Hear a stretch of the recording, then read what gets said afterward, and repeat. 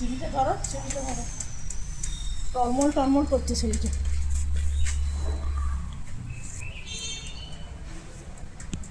ধরেছে? টুন টুন টুন টুন টুন টুন টুন। এই যে আম, এই আম হলো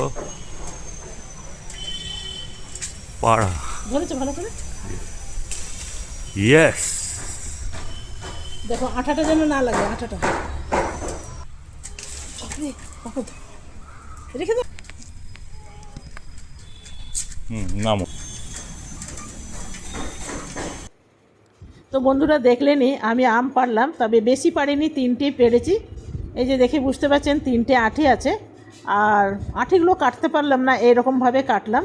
তবে এটা কোনো আচার বানাবো না, এটা বানাবো চাটনি, ভাত দিয়ে খাওয়ার জন্য। তবে এই চাটনিটা আমাদের ঘরে অনেক দিন চলে যাবে। গরম জল ফুটছে, তার মধ্যে দিয়ে দিলাম। তাহলে কি হবে না, তাহলে টক ভাবটা বেরিয়ে যাবে। তো এটা ফুটে উঠেছে, আর আমি ছেঁকেও নিয়েছি দেখুন ছাঁকনিতে করে। তাহলে কি হবে না, একটু টকটা কম থাকবে, জলের সাথে অনেকটাই টকটা বেরিয়ে যায়। তার আগে দেব, চাটনি বানাবার আগে দেব কড়াইয়ের মধ্যে তেল। এটা আমি সম্পূর্ণ সরষের তেলে বানাচ্ছি, আর আপনারাও সরষের তেলেই বানাবেন। দিয়ে দিলাম জিরে, সর্ষে ফোড়ন। এরপরে আমগুলো দিয়ে দেবো, বেশ খানিকটা নুন দেবো কিন্তু। দিয়ে দিলাম এখানে হলুদ গুঁড়ো, এখানে দিয়ে দেবো হলুদ গুঁড়ো। তবে লঙ্কা গুঁড়োটা এখন দেব না, আমি কিছুক্ষণ পর দেব। লঙ্কা গুঁড়োটা যদি এখনই দিয়ে দেওয়া হয় না ভাজার সময়, তাহলে লঙ্কা গুঁড়ো খুব তাড়াতাড়ি জ্বলা শুরু করে, তাহলে কালারটা ভালো আসবে না। তবে আমি কোনো চাটনি আপনাদের শেখাচ্ছি না, আমি যেভাবে করি সেটাই আপনাদের সাথে শেয়ার করছি। এটা অনেকক্ষণ ধরে ভাজা হয়ে গেছে, দেখছেন কড়াইয়ের গায়ে লেগে লেগে এসছে, এই যে।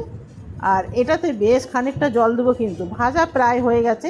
এর চেয়ে বেশি ভাজবো না, তাহলে আমগুলো গলে যাবে, কেন কি সেদ্ধ করা আছে তো। এরপরে দিয়ে দেবো জল, বেশ খানিকটা জল দিতে হবে, একদম পাতলা আমি চাটনি বানাবো। এরপরে দেব লঙ্কা গুঁড়ো। এই সময় যদি লঙ্কা গুঁড়ো দেওয়া হয় না, তাহলে চাটনির কালারটা ভীষণ ভালো থাকে। দেব সামান্য চিলি ফ্লেক্স, চিলি ফ্লেক্স দিয়ে দেখবেন দেখতেও ভালো লাগে। এরপরে দেবো চিনি, চিনিটা আপনারা বুঝে দেবেন। এরপরে দেব ভাজা জিরে আছে, ধনে আছে, মৌরি আছে, আর শুকনো লঙ্কা, সেটাই আমি দেব। ভাজা মশলা দিয়ে দিলাম, প্রায় 3 চামচের মতন দিলাম। দিয়ে খুন্তি দিয়ে একটু নাড়িয়ে নিতে হবে। আর এটা ভাত দিয়ে খেতে যা লাগবে না, দারুণ, আর অন্য কিচ্ছু লাগবে না।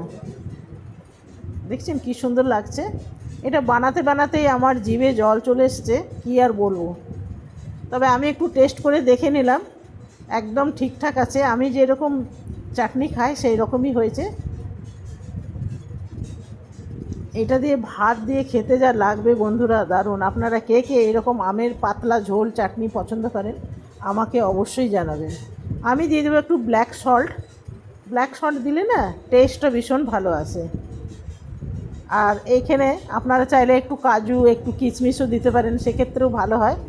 আমার বাড়িতে নেই, থাকলে কিন্তু আমি দিতাম। এই যে দেখছেন আঁটিগুলো, আঁটিগুলো কিন্তু 2 দিন পর খেলে দারুণ লাগবে। তো চলুন এটা আমি এরপরে বন্ধ করে দেবো। চাটনিটা আমার হয়ে গেছে, ঠান্ডা হয়ে গেলে তারপরে ঢালবো, কিন্তু গরম চাটনি খেতে তো ভালো লাগবে না, এই রকম পাতলা ঝোল রেখেছি। তো চলুন এরপরে গ্যাসটা আমি করে দেবো বন্ধ, গ্যাসটা করে দিলাম বন্ধ। আর চাটনি আমার রেডি, ঠান্ডা হয়ে গেলে তারপরে ভাতের সাথে খাবো। তো বন্ধুরা কেমন লাগলো অবশ্যই জানাবেন, যদি ভালো লাগে একটা লাইক করতে একদম ভুলবেন না। কালকে আসবো আবার নতুন রান্না নিয়ে, আপনারা সকলে ভালো থাকবেন, সুস্থ থাকবেন। Thank you, bye by.